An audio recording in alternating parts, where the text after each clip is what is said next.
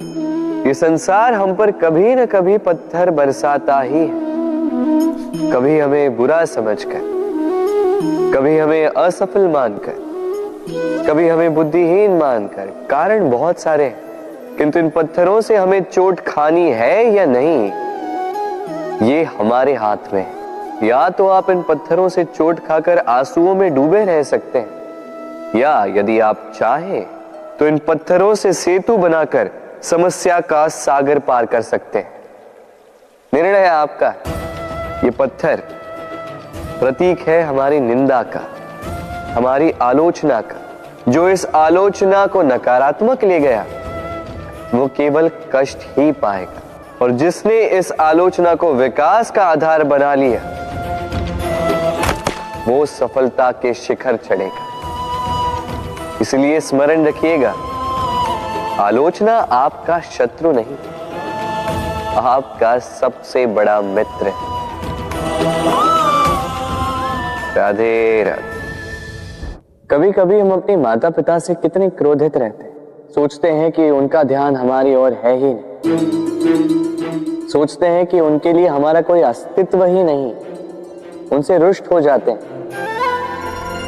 किंतु क्या कभी आपने अनुभव किया है, हमारी आंखों से हमें हमारी नाक कभी दिखाई नहीं देती, क्योंकि वो आंखों के बहुत ही निकट है, आंखों के मध्य में। किंतु जब कोई मुख पर प्रहार करे, हाथ सबसे पहले नाक के क्षेत्र को ही ढक लेते हैं। माता पिता भी कुछ ऐसे ही होते हैं, आपकी भलाई के लिए, आपकी सुरक्षा के लिए सदा तत्पर रहते हैं। इसलिए उनके प्रेम को कभी मत आंकिए। आवश्यक नहीं कि उनका प्रेम आपको हर बार स्पष्ट रूप से दिखाई दे, क्योंकि ये ऐसा प्रेम है जो निरंतर आपके साथ ढाल बनकर आपकी रक्षा करेगा। राधे राधे। हम सब समय की महत्ता को पहचानते हैं। समय ही हमें बनाता है, समय ही हमें नष्ट कर देता है। कभी समय ठीक चलता है तो कभी बहुत ही खराब समय आता है। विचित्र बात यह है कि हम फिर भी समय को ही नष्ट करते हैं। स्मरण रखिएगा, समय केवल जाता है, कभी आता नहीं। इसलिए समय की प्रतीक्षा में समय व्यर्थ ना करें। जो भी करना है आज अभी इसी क्षण प्रारंभ करें। फिर चाहे वो किसी को सुख देना हो या स्वयं को बदलने का प्रयास करना हो, कुछ भी हो, विलंब ना करें, क्योंकि समय उसी का साथ देता है जो समय का सम्मान करता है। राधे राधे। मीठा पानी सबको भाता है, परंतु खारा पानी किसी को नहीं भाता। अब सोचने वाली बात यह है कि मोती समुद्र की गहराइयों में ही बनता है। खारे पानी के मध्य में रहकर, हर क्षण भक्षकों से टकराकर, अपने अस्तित्व को दांव पर लगाकर ही सीप मोती प्रदान कर पाती है। कभी सोचा है क्यों? क्योंकि बिना संकटों का सामना किए, बिना विषम परिस्थितियों में उलझे आपको सुख प्राप्त नहीं होगा। इसलिए निडर होकर संकटों का सामना कीजिए और मेरे साथ प्रेम से कहिए, राधे राधे। हम सब समय की महत्ता को पहचानते हैं। समय ही हमें बनाता है, समय ही हमें नष्ट कर देता है। कभी समय ठीक चलता है तो कभी बहुत ही खराब समय आता है। विचित्र बात यह है कि हम फिर भी समय को ही नष्ट करते हैं। स्मरण रखिएगा, समय केवल जाता है, कभी आता नहीं। इसलिए समय की प्रतीक्षा में समय व्यर्थ ना करें। जो भी करना है आज अभी इसी क्षण प्रारंभ करें। फिर चाहे वो किसी को सुख देना हो या स्वयं को बदलने का प्रयास करना हो, कुछ भी हो, विलंब ना करें, क्योंकि समय उसी का साथ देता है जो समय का सम्मान करता है। राधे राधे। कहते हैं सबकी सीमा होती है, कठिनाइयों की, पीड़ा की, संकट की, अंधकार की भी। यदि किसी की सीमा नहीं होती तो केवल कड़े परिश्रम की। आपने देखा तो होगा, रात कितनी भी काली हो, सितारे परिश्रम से उससे लड़ते रहते और अंत में सवेरा आ ही जाता। आंधियां पंछियों के बसेरे को तहस नहस कर देती, किंतु पंछियां अपने परिश्रम से उसे पुनः बना ही लेती, क्योंकि सीमित को असीमित से हारना पड़ता और परिश्रम असीमित। राधे राधे। बहती नदियां कितनी सुंदर होती हैं, पावन होती हैं। जहां से जाती है वहां एक नया जीवन प्रदान करती, धरा को सींचती, अकाल को दूर रखती, और कदाचित इसीलिए नदी को मां समान पूजा जाता है। किंतु क्या कभी आपने सोचा है कि नदी जन्म कैसे लेती? क्या ये प्रारंभ से ही इतनी विशाल और वेगवती होती है? नहीं, वर्षा की छोटी छोटी बूंदें गिरकर मिलती एक सूक्ष्म धारा बनाती। ये धारा पर्वतों के हिम को काटते हुए, स्वयं में पिघलाते हुए जल प्रपातों से गिरती, चट्टानों से टकराती और फिर जाके नदी बनती। इसी प्रकार ऐसे ही सीधे सीधे कोई महान नहीं बन जाता। छोटे छोटे प्रयास मिलकर एक विशाल व्यक्तित्व बनाते। इसलिए जीवन में प्रयास करते रहिए, अस्तित्व अपने आप ही बन जाए। राधे राधे।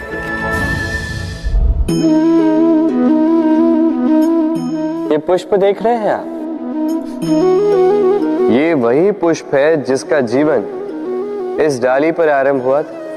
पहले कलिका बनकर फूटा, फिर धीरे धीरे मुख खोला, फिर अपने पंखुड़ियों का विस्तार किया, देखने वालों की आंखों में प्रशंसा देखी, मधु के लिए तितलियों को ललचाया और फिर डाली से टूटकर नीचे गिरा हुआ पाया।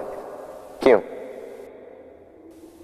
नियति ने ऐसा क्यों किया? सोचिए। क्योंकि उस डाली पर टिके रहना इस पुष्प के जीवन का ध्येय कभी था ही नहीं। अब या तो ये पुष्प देवताओं के मस्तक पे सुशोभित होगा, या किसी स्त्री के आभूषण में गूंथा जाएगा, या किसी के प्रेम प्रदर्शन का माध्यम बनेगा। देखिए, जीवन में लक्ष्य को पाना है तो यात्रा से भय नहीं होना चाहिए। अपना अस्तित्व बनाना है तो उनकी छाव से दूर जाना ही पड़ेगा जिन्होंने आपको अस्तित्व में लाया। यही जीवन की निरंतरता है। राधे राधे।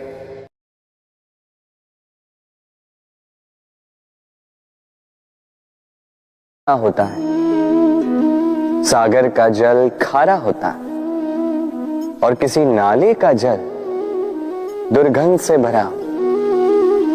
क्यों? नदी का जल मीठा होता है क्योंकि वो सबको जल देती है। सागर जल लेता है, इसीलिए खारा होता है। और नाला, उसका बहना रुक जाता है और इसी कारण से वो दुर्गंधपूर्ण हो जाता है, किसी काम का नहीं रहता। हमारे जीवन में भी कुछ ऐसा ही होता है। यदि नदी की भांति जीवन में कुछ देना सीखो तो जीवन में मिठास बनी रहेगी। यदि सागर की भांति बांटने के स्थान पर केवल संचय करते रहो तो मन में खटास बढ़ती रहेगी। और यदि नाले की भांति बहना छोड़ दो, कर्म करना छोड़ दो तो किसी काम के नहीं रहोगे। इसलिए बिना किसी विराम के कर्म करते रहो और जो कुछ भी आपके पास है उसे बांटना सीखो। मन प्रसन्न होकर बोलेगा, राधे राधे। मनुष्य में एक बड़ा ही विशेष गुण पाया जाता है, मूल्यांकन करना। क्या महंगा है, क्या सस्ता है। जिसे खरीदने के लिए अधिक धन लगे, अधिक परिश्रम लगे, वो महंगा। जिसे खरीदने के लिए कम धन, कम परिश्रम लगे, वो सस्ता। परंतु क्या यही पूर्णतः सत्य है?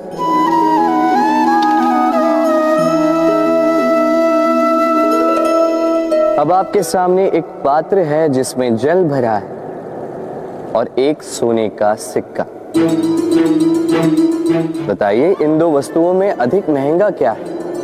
आप कहेंगे सीधी सी बात है, सोने का सिक्का ही अधिक महंगा होगा।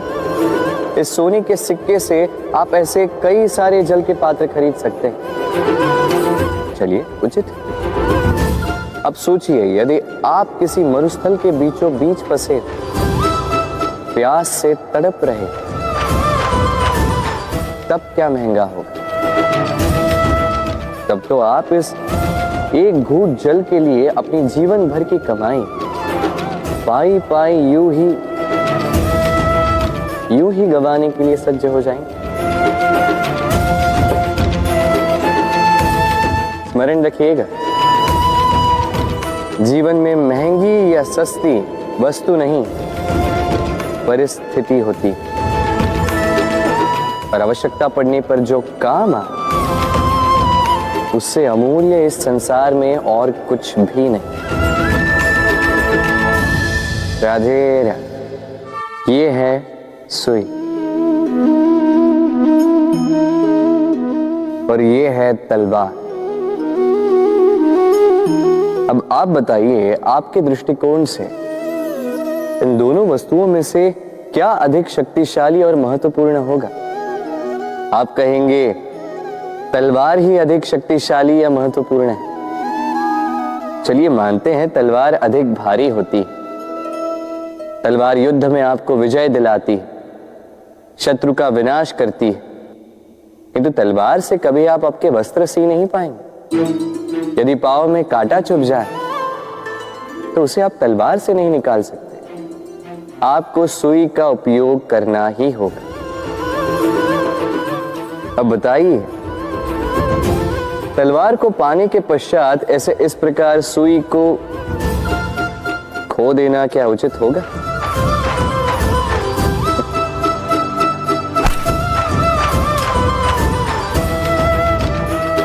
इसी प्रकार जीवन में संपन्न मित्र पाने के पश्चात आपके उन मित्रों को ना खोइए जो कम संपन्न हो, दरिद्र हो, क्योंकि वो आपके साथ तब थे जब आप कुछ भी नहीं थे, और आवश्यकता पड़ने पर वही आपके काम आने वाले हैं, संपन्न मित्र नहीं। तो जिससे प्रीत की है उससे मीत निभाई, चित आनंद से जागे। राधे राधे। कुछ बनाने के विज्ञान में पहले टूटने का ज्ञान आवश्यक है था। नई सोच बनाने के लिए पुरानी रीतियों को तोड़ना आवश्यक है।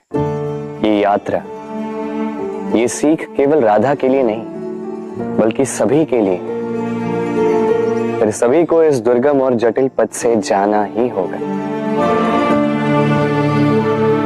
मनुष्य भावनाओं में बहकर कभी कभी ऐसे अनुचित निर्णय ले लेता है जिसके कारण वो जीवन भर पश्चाताप करता है, किंतु जब कुछ खो कर पाता है उसे वो सहेज कर रखता है। बबूल का पेड़ कितना विशाल होता है,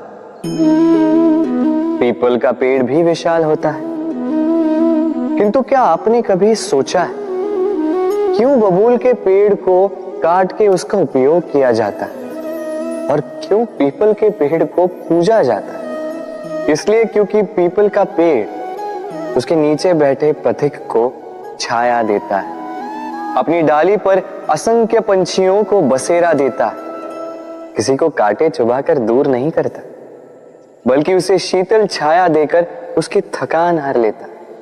इस संसार में यदि आपको सम्मान पाना है तो पीपल की भांति ही बनना होगा।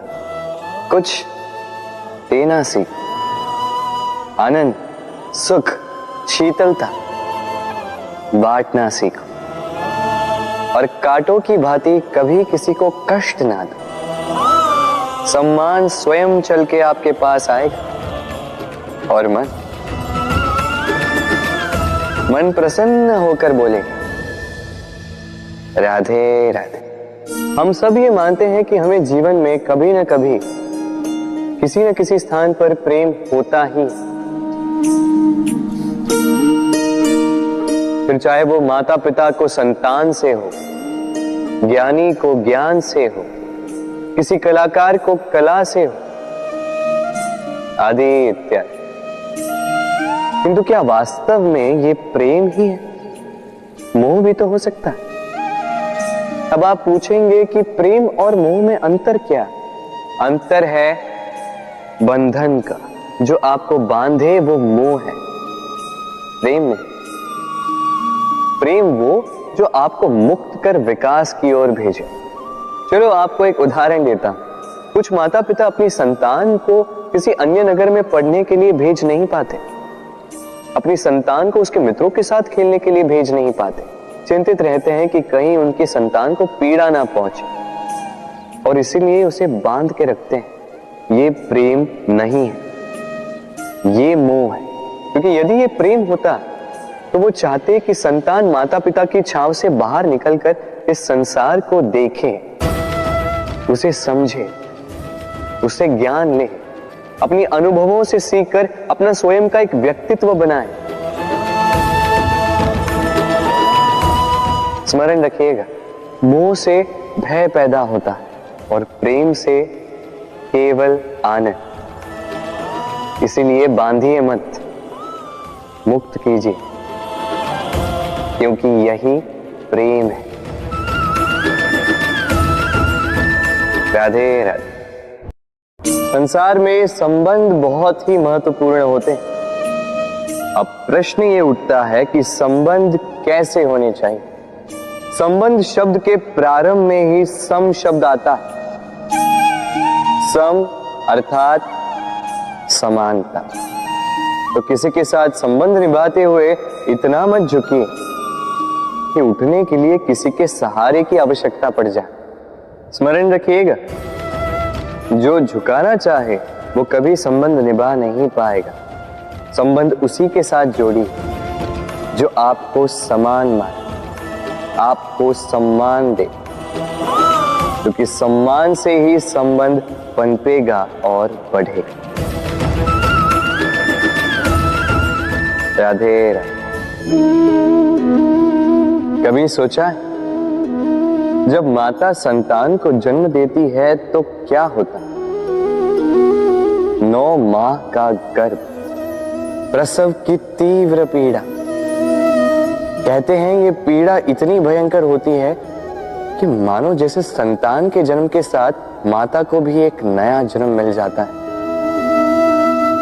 और इस जन्म के साथ अंत होता है माता की पीड़ा। किंतु यदि आप दृष्टिकोण बदलकर देखें तो आप ये समझेंगे कि पीड़ा का ये अंत एक अपार आनंद का प्रारंभ है। आरंभ संतान का, और संतान माता पिता के लिए सुख का प्रारंभ है। जीवन के साथ भी यही होता है।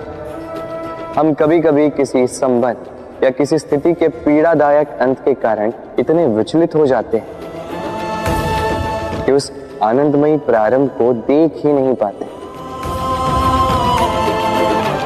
स्मरण रखिएगा, पीड़ा आनंद के प्रारंभ का लक्षण। राधे राधे। व्यक्ति के सर पर जब क्रोध चढ़ जाता है तो उसे सत्य और असत्य के बीच का ज्ञान नहीं होता। क्रोध उसकी दृष्टि को धुंधला कर देता है और फिर उसके पश्चात केवल माया और कपट ही उसे आगे का मार्ग दिखलाता है। अपने स्वार्थ की सिद्धि के लिए। अग्नि क्या करती है? जलाती है। फिर चाहे वो लकड़ी हो, कोयला हो, वस्त्र हो, जो भी आप अग्नि में डालोगे वो भस्म हो जाएगा। किंतु सोना, यदि आप सोने को अग्नि में डालोगे तो वो कुंदन बनकर अपना अस्तित्व निखार लेता है। यदि आप लोहे को ताप दो तो वो फौलाद बन जाता है। क्यों क्यों होता है ऐसा? क्योंकि उनके भीतर की अग्नि उनको जलाने वाली अग्नि से अधिक तीक्ष्ण होती। ये अग्नि है निश्चय की, ये अग्नि है पवित्रता की। यदि आपका निश्चय दृढ़ हो, आपके विचार पावन हो, तो कुंदन बनकर निकलोगे, फौलाद बनकर निखरोगे, भीतर से बल पाओगे और कोई आपके साथ अनिष्ट नहीं कर पाएगा। राधे राधे। व्यक्ति का जीवन क्या है? अब आप कहेंगे जन्म और मृत्यु के बीच का समय। और मृत्यु कब होती है? जब व्यक्ति श्वास लेना छोड़ दे, हाथ पांव चलाना छोड़ दे, सोचना छोड़ दे। ऐसा नहीं। देखिए, जल की मृत्यु तब नहीं होती जब वो सूख जाती। जल की मृत्यु तब होती है जब वो प्यास बुझाना बंद कर देती है। सूर्य की मृत्यु तब नहीं होती जब उस पर ग्रहण लग जाए या जब सूर्यास्त हो जाए। सूर्य की मृत्यु तब होती है जब वो भविष्य में इस संसार के जीवों को प्रकाश की आशा देना छोड़ दे। उसी प्रकार मनुष्य का अंत, उसकी मृत्यु तब होती है जब उसके भीतर की करुणा का अंत हो जाए। करुणा वो भाव है जो मनुष्य को मनुष्य बनाए रखती है, जो एक मनुष्य को किसी और मनुष्य का कष्ट, उसकी आवश्यकता का अनुभव कराती है, जो उसे बल देती है किसी और की सहायता करने के लिए, उसे पात्र बनाती है इस सृष्टि का नियंता बनने के लिए। देखिए, इस संसार में मृत्यु केवल एक बार होती, तो उससे पूर्व क्यों मरना? इस करुणा को क्यों मारना? स्वयं को मनुष्य बनाए रखिए, मृत्यु के पश्चात भी जीवित रहेंगे। राधे राधे। नवरात्रि का पर्व आरंभ हो चुका है और ये पर्व अत्यंत भव्य है, क्योंकि ये पर्व जगत माता से जुड़ा है। मां कितना छोटा सा शब्द है, किंतु ठीक से देखो तो समस्त संसार इसी शब्द में समा है। मां जो अपनी संतान के लिए हर संभव प्रयास करती है, कुछ भी करने के लिए सज्ज रहती है। मां जिसका सबसे बड़ा गुण निश्चलता, मन में ना कोई पूर्वाग्रह, ना कोई भेदभाव, ना कोई छल कपट, और इतनी भोली होती है मां। संतान भले ही झूठा रो दे, मां को लगता है कि कदाचित वास्तव में भूख लगी होगी। मां चाहे जन्म देने वाली हो, चाहे पालने वाली, स्वर्ग, ये स्वर्ग हमें मां के चरणों के नीचे ही प्राप्त होता है। इसी मां को हमारा शत शत प्रणाम। राधे राधे। सहनशीलता मां का दूसरा सबसे बड़ा गुण। कहते हैं कि धरती से अधिक सहनशील और कोई नहीं। उसे खोदने के पश्चात भी धरती हमें फसल देती है, किंतु मां, ये मां धरती से कम सहनशील नहीं। तनिक सोचिए, 9 माह तक संतान को अपनी कोख में रखना, क्या ये सहनशीलता कोई पुरुष दिखा सकता? क्या ये सहनशीलता कोई पिता दिखा सकता है? स्त्री में शील भले, सहनशीलता की परिभाषा उसे मां बनने के पश्चात प्राप्त होती है। स्वयं का अस्तित्व भुलाकर संतान का अस्तित्व बनाती है। शिशु की लात खाकर भी आनंद से उसे दूध पिलाती है। ये होती है मां, और इसी मां जननी को हमारा शत शत प्रणाम। राधे राधे। मां का एक और सबसे महान गुण स्वयं को ढालने की अद्भुत शक्ति। जिस प्रकार एक मां स्वयं को ढाल सकती है और कोई नहीं कर सकता। मां एक महानदी की भांति है जिसकी ऊर्जा असीमित है किंतु अहंकार बिल्कुल नहीं। जिस प्रकार एक नदी ढलान के अनुरूप मुड़ जाती है, उसी प्रकार एक मां अपने संतान के अनुरूप ढल जाती है, चाहे जैसी भी परिस्थिति हो।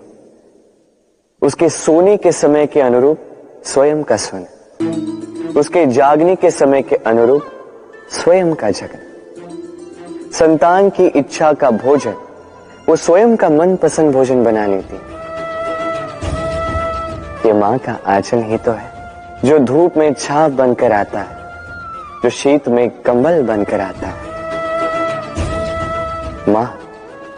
मां ऐसी होती है कि संतान की निद्रा ना टूटे, इसलिए एक करवट सोने का अभ्यास कर लेती और इतना स्वयं को केवल वही ढाल सकती है जो संतान की ढाल बन सकती। इसी मां को हमारा शत शत नमन। राधे राधे। मां के दो और सबसे महान गुण, साहस और संबल। साहस ये कि वो अपने संतान के लिए कुछ भी कर सकती है, और संबल ये कि वो अपनी संतान को कभी टूटने बिखरने नहीं देगी। तनिक सोचिए, जब भी आपको चोट लगती है, चीख से पूर्व मां का नाम मुख में क्यों आता है? तनिक सोचिए, जब आपको बल की आवश्यकता होती है, साहस की आवश्यकता होती है, आगे आप अपना मार्ग देख रहे हैं जो अत्यंत कठिन प्रतीत हो रहा है, तब मुख से मां की ही शपथ क्यों निकलती? क्योंकि मां ही है जो हमें साहस देती, मां ही है जो हमें सहारा देती। मां जानती है कैसे हमारी उंगली पकड़ के हमें चलना सिखाना है। मां ये भी जानती है कि कैसे कान पकड़ के हमें उचित मार्ग पर लाना है। इसी साहसी मां को हमारा शत शत नमन। राधे राधे। कभी आपने सुना है हिरणी सिंह से बचने के स्थान पर उससे जाके लड़ पड़ी? हिरणी ने सिंह पर आक्रमण कर दिया। कभी सुना है? कभी नहीं। किंतु ऐसा हो सकता है, ऐसा होता भी है, और ये होता तब है जब हिरणी के शावक संकट में हो। जब उन्हें सिंह से प्राणों का संकट हो, तब हिरणी भी आके सिंह से लड़ पड़ती है, उससे भिड़ पड़ती है, क्योंकि वो मां है और मां अपनी संतान के लिए कुछ भी कर सकती है। ये ममता है, ये जितनी कोमल हो सकती है उतनी ही कठोर भी हो सकती है, और अपनी संतान के हित के लिए वो क्रोध की पराकाष्ठा पार करते हुए अपनी संतान की सुरक्षा करके ही रहेगी। और इसीलिए तो मां संतान के जीवन की सबसे बड़ी ढाल कहलाती। इसी मां को हमारा शत शत नमन।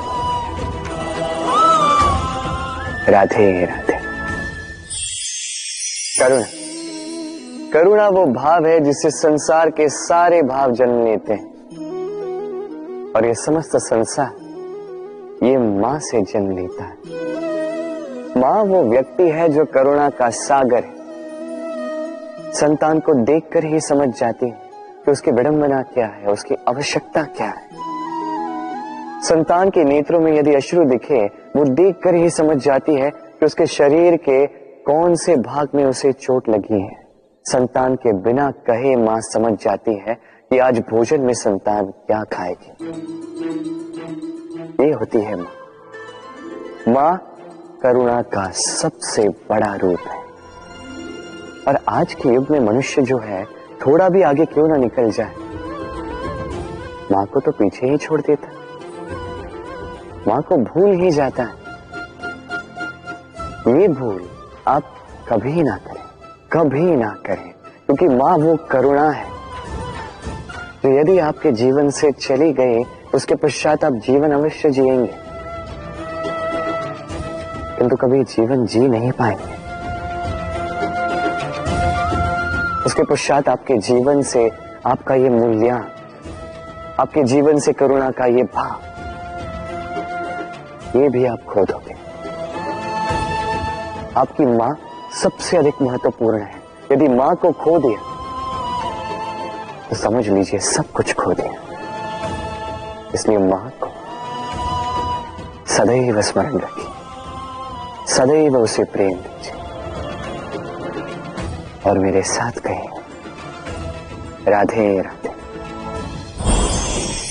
आज विजयदशमी, वो दिन है जब श्री राम ने रावण का वध किया। वो दिन है जब श्री राम ने लंका पर विजय प्राप्त की। लोग कहते हैं कि ये अच्छाई की बुराई पर विजय का प्रतीक है।